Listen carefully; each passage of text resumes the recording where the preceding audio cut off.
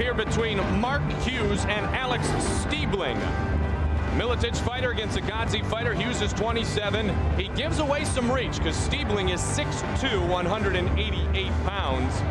And Hughes is just a small, compact tank at 5'8", 184. For the official introductions of this middleweight matchup, let's go inside the octagon. Here's the veteran voice, Bruce Buffer. Ladies and gentlemen, our next preliminary bout is a middleweight bout beginning with the fighter standing to my left. He is a freestyle fighter with a mixed martial arts record of 9-0-1.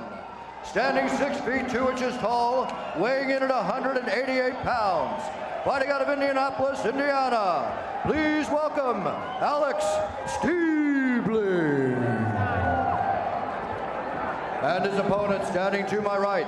He is a Miletich Fighting Systems team member with a mixed martial arts record of 5-0. Standing 5 feet 8 inches tall, weighing in at 184 pounds. Fighting out of Hillsboro, Illinois, please welcome Mark Hughes. So Mark Hughes set to take on Alex Stiebling here.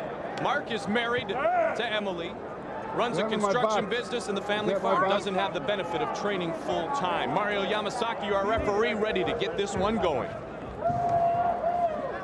Are you ready? Are you ready? Let's go! Preliminary matchup in the middleweight division, partner. 2 5-minute rounds. Stiebling might have an advantage with reach, but I will bet Hughes hits harder. Absolutely. And he is trying to work quickly. Stiebling trying to keep the knees active. That comes from his Muay Thai background. Stiebling with a wrestling background, University of Indianapolis. No grabbing the fence. Stiebling doing a nice job of ripping Hughes' arms up off his legs, keeping him from being taken down. Hughes, a college All-American at Lincoln in the state of Illinois. So Mark Hughes taking on Alex Stiebling, both undefeated in mixed martial arts competition, Jeff. Hughes is 5-0, and Stiebling, as you mentioned, 9-0-1. An important fight here for ranking and potential future fights, but Hughes, very much the aggressor, putting out a lot of energy to finish that takedown. And what he said when he first started mixed martial arts was, I was too aggressive. It took a while to start to think like a fighter instead of a pure wrestler. Wrestling is a sprint sport with a certain amount of time. Fighting, you have opportunities to let it lull a little bit to help set up your opponent. It's more of a thinking man sport. Now Stiebling says, I'm sure he's going to be a powerful guy like his brother. I think he'll have me on the straight wrestling, but I think I will have the edge on submission. So watch the leg. See what happens. Might get the leg here. Twist left. Trying to stay patient. Trying to stay very patient here. Roll right. And he's right in front of his brother. Punch, punch, punch. Punch, yep, there you go. That'll work Stiebling a bit. He cannot hold on to the fence, can Hughes. This is a different position. Now he's going to work. See if Stiebling will take punishment, trying to go for the submission. There's that benefit of being in front of your corner again, partner. Absolutely. Brother. Because Mark was confused. That's right. He wasn't sure what to do. There, absolutely. And Matt was saying, remember what to do. Remember what to do. And again, the energy, the adrenaline, the anxiety and nerves of being a first-timer in the octagon, it does impair you. Experience lends itself to knowledge. And knowledge, obviously, is important. And those strikes are starting to add up. Yeah, good shot back from Stiebling, though. And now he's got the leg free, so side mount. Man, you got your twin brother right there, and he got himself out of a very precarious situation. Side mount, he looked to step over and go to full mount, and now he's in a half guard. There we go. Watch your legs now. Stiebling very, very long. Perhaps that length will help with the guard in keeping Hughes down in a way where he really can't reach the head to strike. Yep. Good elbows, good elbows. But Hughes, boy, he's powerful. Man, I'll tell you. He's got him rocked right up, and again, he's got Stiebling in a position here up against the fence that limits his motion, thus makes him a stationary target. There we go. Now, Matt Hughes is a technical fighter, and his brother, he described to me more of a bull-type fighter. I mean, he'll bull right through, and Matt Hughes is the strongest man who works out day in and day out at the Miletich camp. He says then he goes home to the farm in Hillsboro, and his brother just throws him all over the place. There you go, there you go. Pressure mark with he seems now to be a little more composed, to settle into a rhythm. Really has settled into a Pat Miletich style here. Take advantage of being on top. Strike effectively once you're there. There was a misconception, Jeff, that maybe Mark was pushed into being into this fight game by his brother Matt, but Mark wants to do it. Mark just doesn't benefit from being able to train full time. He's got a wife, he's got a construction company back home, runs the family farm, so it makes it a different level of determination and a different level of commitment that you can put into training day in and day out. Certainly he's getting his feet wet now, first time in the octagon. Perhaps if he tastes a little bit of success, that environment that he currently has as a routine may change. Well, it'll be interesting to see if that happens, and if that's okay with his wife of a year plus, Emily, if she says, okay, we can do that. We can go to Bettendorf and do what you want to try to do and try to have some of your dreams come true. But he's in control here in round number 1 now that he has the leg free. Those are critical times in matches. Opportunities come and go, and you've got to capitalize on opportunities. And perhaps Stiebling let one get away when he had Hughes' ankle there in front of him. And unfortunately, it happened right in front of Matt Hughes, Mark's brother. Yep. And Matt coached Mark on how to get out of it. And he did so very effectively. Here is Mark trying to overpower Alex Stiebling. 10 seconds. Middleweights under 200 pounds here. Final 7 seconds of round number 1. 5 seconds. 5 seconds. 5 seconds. Hughes again, and the horn sounds. Round number 1 is complete, and I just wonder, partner, if that leg situation we saw in the first 30 seconds happened in front of Jason Godsey. Might this match be over right now? Well, I'll tell you what, that's a very, very solid point, because if it did happen in front of Godsey, it would have been Stiebling getting what to do and how to do it, as opposed to Mark Hughes benefiting getting out of it. And so When you're working the body, right. I think it could have ended up very, very differently there. Then you got to go to his head, okay? Let's look at that takedown. Hughes was in on his legs, but just couldn't finish up against the fence, but was finally managed to rip the legs out, get him down, and then start striking from there. But there was a very tricky position once they did land. You could see Stiebling on Hughes' ankle there, trying to submit him, but it was Hughes, being coached by his brother Matt outside the octagon, that resorted to this tactic, turning in and throwing strikes, forcing Stiebling to break the lock on the submission hold. Thus Hughes was able to get out. Are you ready? All right, here we go. Second round. Let's go. Ready to get underway. Hughes and Stiebling. Stiebling takes the center of the ring very quickly. Shoots again. Stiebling's ready. That's a good counter position right there. Now it's clear what Hughes wants to do and where he wants this fight to take place. And Stiebling backed into the fence, which I would not have done, because that allows Hughes to drive in and do that. Pull the legs. He can be totally off balance going forward, but the fence keeps them both up. And Hughes just redirects it, knocks him down. Same position now, just a continuation of the first period. Now, interestingly enough, growing up, Mark and Matt did not get along at all. In high school, they rarely talked. They couldn't wrestle each other because when they did, they'd get into full-out brawls in the family household. But since they went off to college and life has changed for both of them, they have become best friends. And it's funny, Matt was telling me before the fight, Jeff, he says his father used to tell him all the time, that's your best friend you're fighting with. That's your best friend you're fighting with.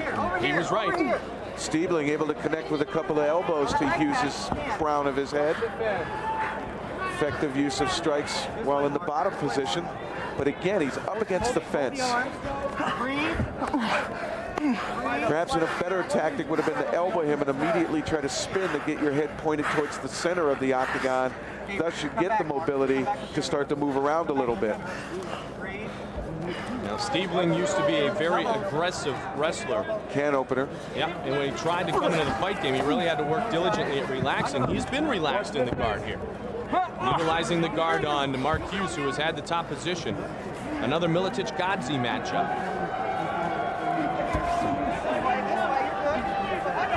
And regardless of how Stiebling moves on bottom, Hughes is going to push him up against that fence again, try to limit how much he can move, and then look for the opportunities to ground and pound.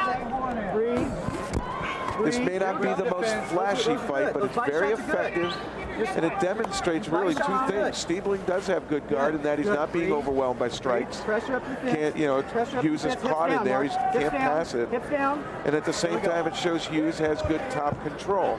Doesn't make the big mistake giving up the submission. Maintains top position, thus giving him the opportunity to strike effectively down. Stiebling was really excited about tonight's opportunity. Said he knew when he started in this fight game someday he would have a chance to play in the Super Bowl. And he does it against that man's twin brother. There is Matt Hughes, one of the top contenders in the lightweight division right now in the Ultimate Fighting Championship, watching his brother fight here tonight. Matt, 5 minutes older than Mark. Looked like Stiebling was looking to turn the corner and perhaps go after the leg again, but changed his mind. Less than 2 minutes. Keep going. He's going to have to start thinking of something more in desperation to create something, and that's not a bad idea. Play on the hips and push him away. And he can be kicked there. Hughes came down, but from his back, Stiebling is allowed to kick. Keep low, keep low. You're fine, you're fine. Pressure down. Lock your arms down. Matt was more nervous tonight than Mark, he said, because you don't have any control when you're sitting outside the fence. Pressure back. They always say it's harder for the athlete turned coach because he wants so badly to go ahead and help the athlete. I know many coaches who would do more for another individual than they would themselves. This is just a tight headlock here, but it could turn into a choke. 1 minute left. But I'm sure Stiebling in Godsey's camps has faced all kinds of chokes and is very relaxed in that position. I think what he's trying to do is look for that knee. If Hughes picks his head up, watch one of those knees come down and try to strike the crown of the head. No, don't go back to guard. No guard. Don't go back to guard. Now his arm's in the middle there with that leg up that high. That could be dangerous. He was able to get himself back in there, though. 30 seconds remains here in round number 2. Second and final of our 2 5-minute rounds. Preliminary matchup on the card tonight of 2 young middleweights, Alex Stiebling and Mark Hughes, here from Atlantic City, New Jersey. 15 seconds remains. Come on. And once again, a very competitive fight like the first one. These two, a little bit of difference is making all the difference, and that is the ability of Hughes to take his opponent down and maintain top position. And I think we're going to see a decision in favor of Hughes. So not a ton of pound, but lots of ground. And it goes the way of Mark Hughes in his UFC debut. You did more damage than he did. It's just relieved in Hughes's corner, I would think. Stand up, be proud, okay? Stand up and walk around proud. Drink some water, walk proud. Nice to hear Jason Godsey's corner talking about Alex being proud and feeling good about his performance inside the octagon. You see Hughes there trying to throw a punch, but Stiebling able to extend him, get him way off his body, and then he dives back in here close to the head to maintain position. But this is really the key to the whole fight, was Hughes's ability to take Stiebling down. And Stiebling had the opportunity to counter him there, but he just got pushed up into the fence. Perhaps he needs a little more awareness of where he is in the octagon so he doesn't back into that, and then he wouldn't have had that problem. But Hughes very powerful, able to push Stiebling in there and take advantage of it. So our judges, Tony Mullinax, Douglas Crosby, and Judo Gene LaBelle. Who is a hero in his own right in this sport of mixed martial arts, especially in judo, will render a decision on this middleweight fight. Interestingly enough, Gene LaBelle perhaps was the referee of one of the first ever mixed martial arts events or fights, and that was Muhammad Ali against Antonio Inoki, and that was Mean Gene LaBelle in the ring with those two great athletes. Now this is the 33rd live event in the Ultimate Fighting Championship's great history, and the first time they have come to the great state of New Jersey in America's playground. The decision is in, and Bruce Buffer will tell us who our winner is here of this middleweight fight. Ladies and gentlemen, after 2 rounds, the judges have made a unanimous decision for the winner, Mark Hughes. So unanimous decision number 2 in preliminary action tonight, going to the fighter in the Miletich corner.